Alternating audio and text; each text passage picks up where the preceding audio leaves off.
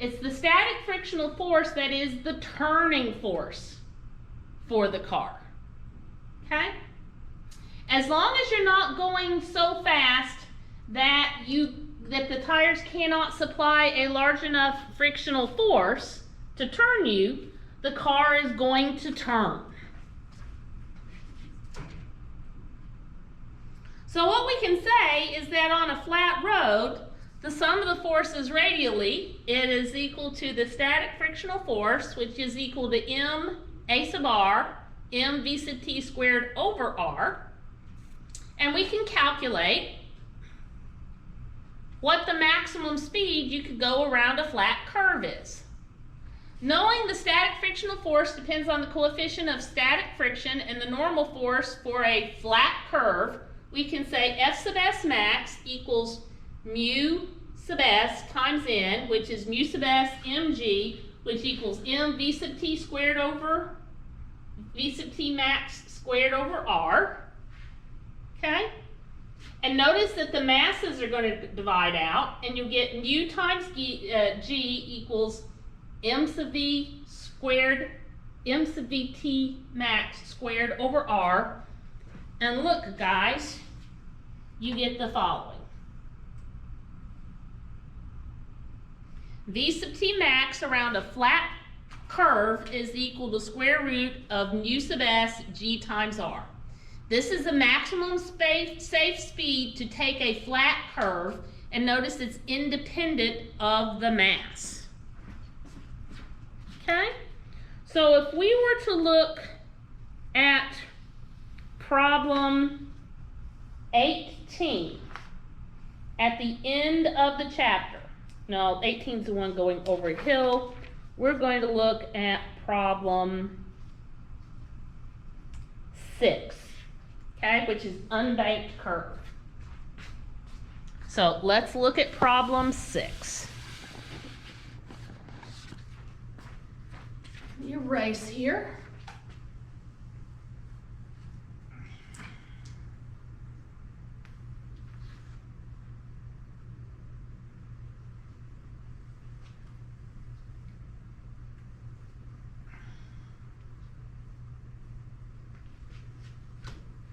Okay, if we look at problem 6, it says a 1,500 kilogram car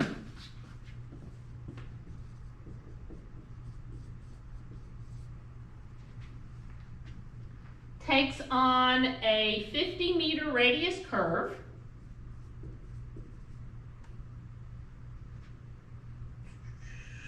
that is unbanked. That means it's flat. At a speed v sub t of 15.0 meters per second. It says, what is the size of the frictional force needed to turn this car? Well, and then I'm going to ask you, I'm going to expand it. What is, let's start here with this one, 6. Okay? So this one is not a max speed. It just asks you what the frictional force is. So sum of the forces radially has to equal F sub s, which is equal to m v sub t squared over r. So F sub s is going to equal the mass, 1,500 kilograms, times the speed, 15.0 meters per second, quantity squared, over the radius, 50 meters. So if we solve for F sub s, we're going to get 6.75 times 10 to the 3 newtons. Okay? Now, trying to see. Trying to see if but that's an example of a flat curve problem. If we were looking for the max, all you'd have to do is know mu sub s, g, and r, the radius. So one of the things I want you to think about is when it rains and the road gets wet. Okay? The coefficient of static friction between your car tires and the road decreases. If the coefficient of static friction between your car tires and the road decreases, that means that you have to be traveling at a lower speed to make it safely around a flat curve. That's why they always suggest that you drop your speed by at least 10 miles per hour when it rains. Okay? Now, one of the things to help us deal with going around curves and the limits of static friction is to bank a curve. Okay? So if I were to slice through a roadway, okay, and here's the level, a lot of curves are banked. They're at an angle theta of bank. So they're at an angle. The raised portion is on the outer edge of the curve. And on the inner edge, that's the lower end of the curve. Okay, so let's look at a banked curve situation.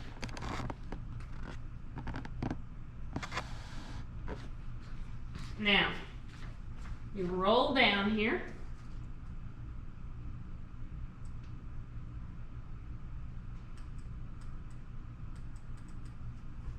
Curves are banked so that a portion of the normal force from the road surface points along the radial line and acts as a turning force to supplement frictional forces to make it easier to go around the curve.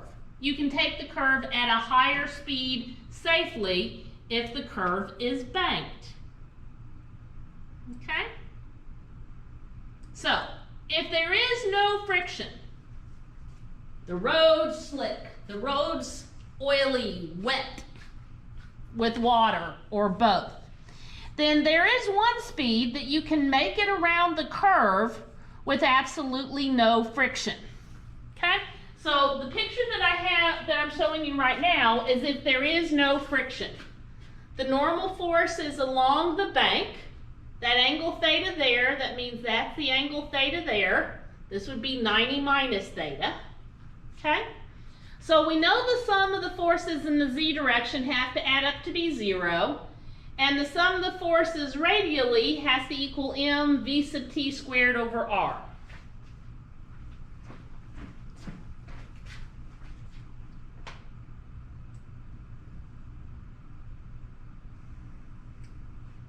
So along the z-axis, the normal force times the cosine of theta minus mg has to equal 0. In the radial direction, in the normal force sine theta, that's the angle of bank, has to equal m v sub 0, which is called the critical speed, okay, squared over r. So if we combine these together, what we get is the critical speed is equal to the square root of rg tangent of theta. Again, notice that the critical speed depends on the angle of bank and not the mass of the vehicle. This is the one speed that you can make it around the turn with no frictional forces helping you. Okay? So, let's look at a problem where we have no frictional force. We're going to look at problem 10 on page 199. Okay. Problem 10 reads, a highway curve of radius 500 meters.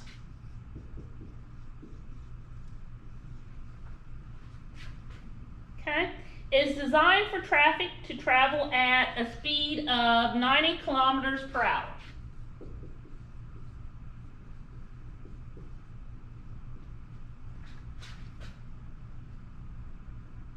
Okay, it says what is the correct banking angle?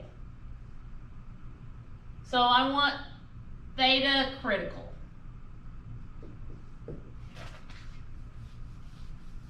All right, now let's slide over here so we can work. So if we look at this problem, the first thing I have to do is I have to get the velocity in meters per second. So 1,000 meters per kilometer there's 1 hour, 60 minutes, 1 minute, 60 seconds. So what I get is 25.0 meters per second is the speed. Now, we know that v sub t equals the square root of rg tangent theta. So I can then say that the tangent of theta critical, okay, is going to equal v squared over r times g. So when I do that, I get 25.0 meters per second quantity squared over r, which was 500 meters, times g, 9.80 meters per second squared, and that's 0.128. So theta critical is the inverse tangent of 0.128, and I get an angle of 7.27 degrees. Okay, it's kind of a plug and chug problem. I don't expect you to have any difficulties doing something like that. Now, if you're going below the speed, the critical speed, the one speed you can make it around the circle, around the curve, with no frictional force, then you're going to need a frictional force pointing down the inclined plane to keep the car making it around the curve. Okay? If you were going faster,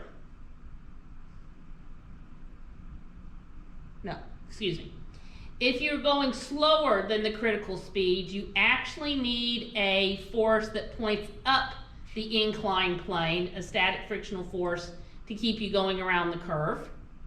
If you are going faster, then you need one pointing down the inclined plane. Now let me say that one more time because I was a little confusing there. If you're going below the speed that you can make it around the curve with no frictional force, you need a frictional force to make it around the curve, and it needs to point up. If you're going at a speed below the critical speed, okay, you need to go up. If you're going at a speed faster than the critical speed, then your frictional force is going to have to point down.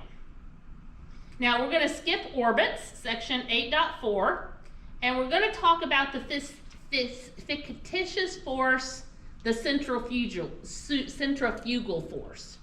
Okay? A fictitious force is a force that does not really exist because they describe your motion relative to a non-inertial reference frame.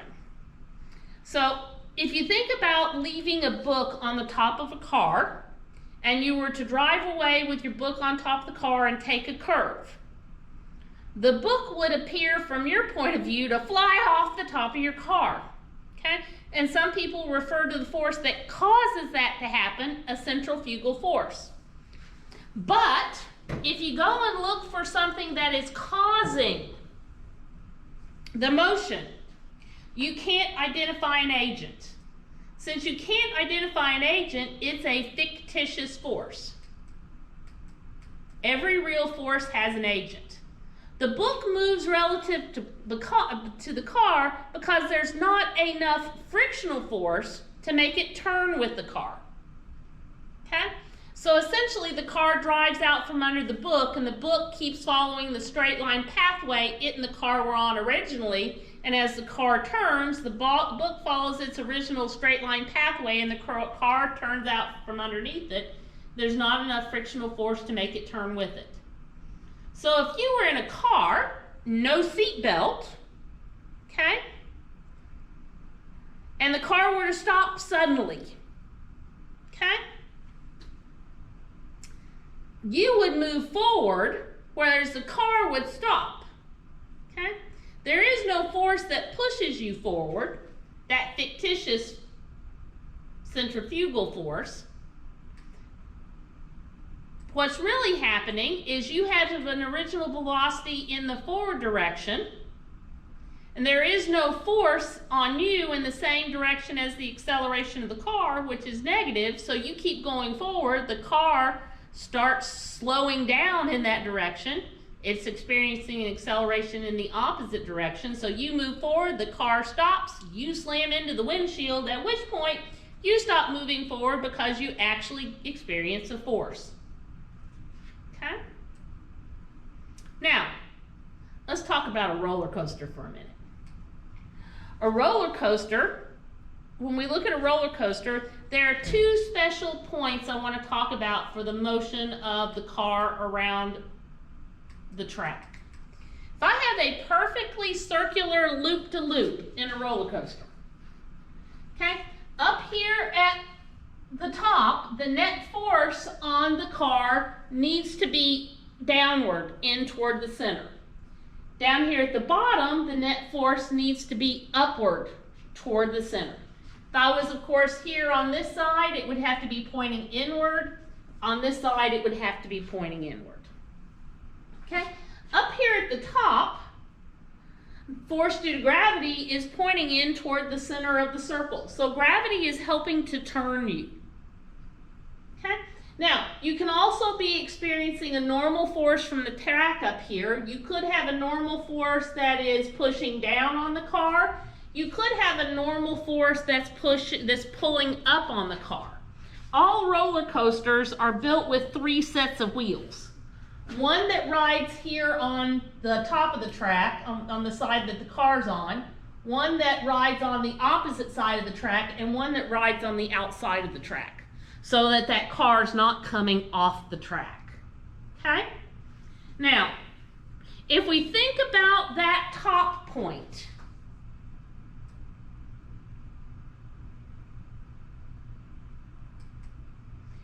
for the top point of the roller coaster, we can talk about the critical speed for a roller coaster.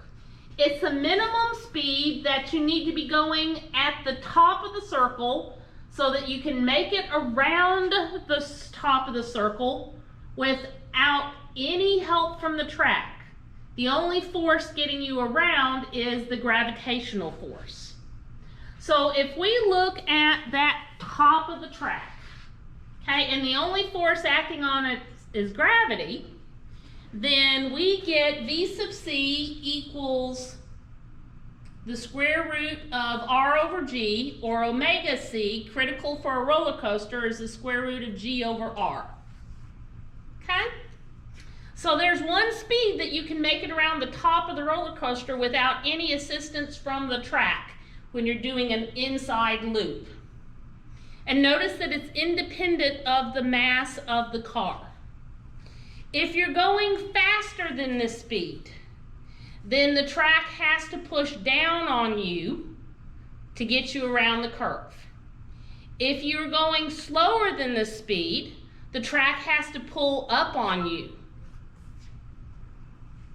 to go around the curve.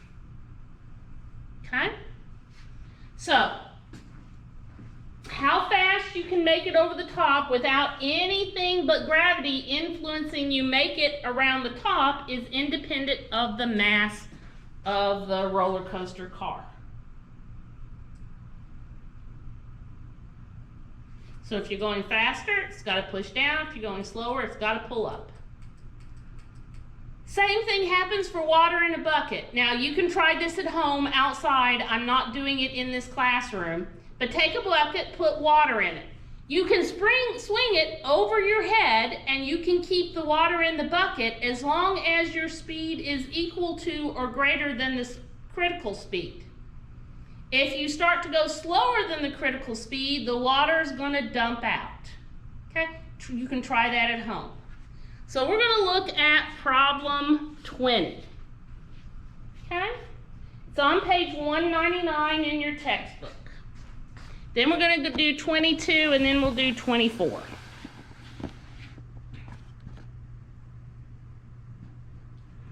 Okay, if we look at problem 20, it says that A roller coaster crosses the top of a circular loop-de-loop at twice the critical speed. So, we're told that V is 2 times V sub C, the critical speed. Okay?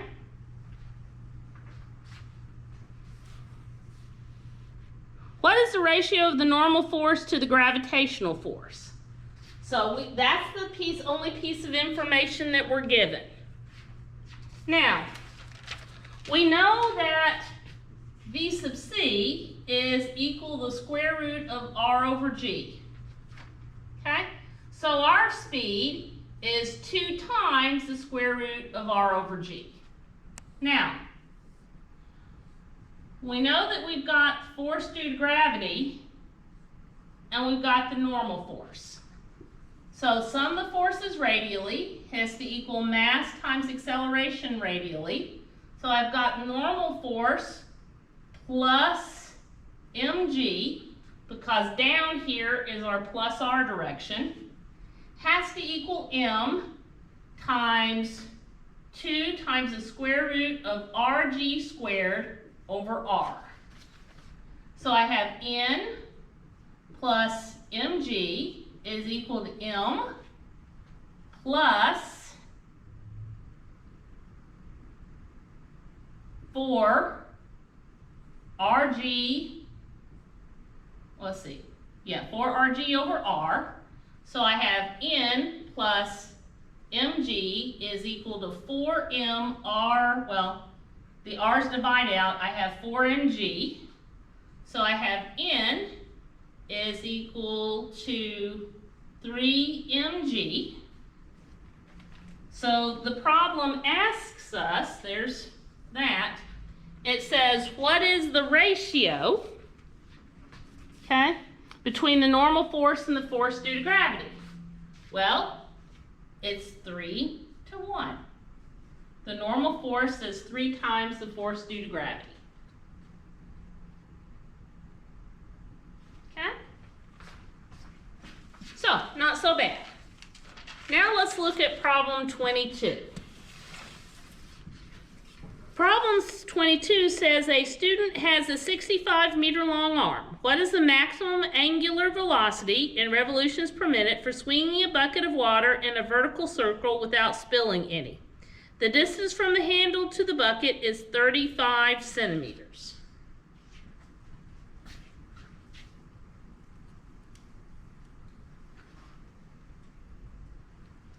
So, problem 22. Now our R is going to be the length of his arm, which is 65 centimeters, plus the 35 centimeters, so I've got 100 centimeters. So that's 0.100 meters. Excuse me, that's 1 meter. Okay? And I want to know omega. So it says, what is the minimum angular speed? So I'm wanting omega critical. Now, I know that V critical is equal to 2 times the square root of Rg.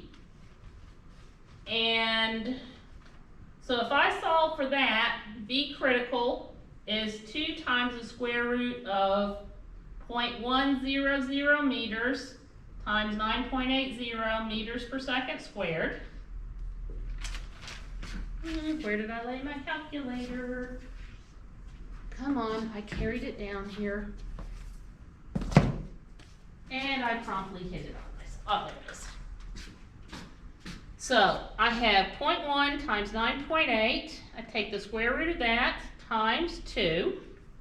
I get 1.98 meters per second.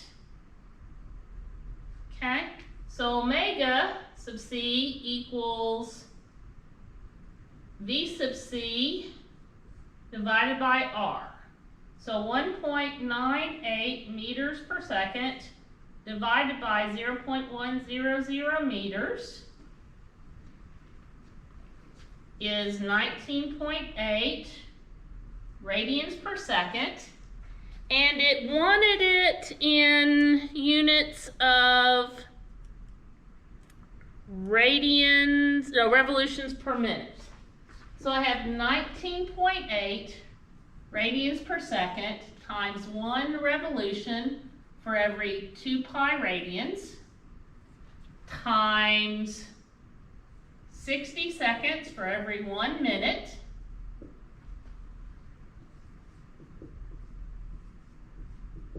So 19.8 divided by 2 divided by pi times 60. I get 189 revolutions per minute. Swing fast. All right. And let's see, do I want to go ahead and work problem 24? I think you guys can work that on your own. I've got this, I'm going to have the solution there for you. So I think you can handle that. Now, the last thing that we have to talk about in this chapter is non-uniform motion. I'm going to take a break here for a second because I got to switch out my battery. So I'll be back with you in just a second.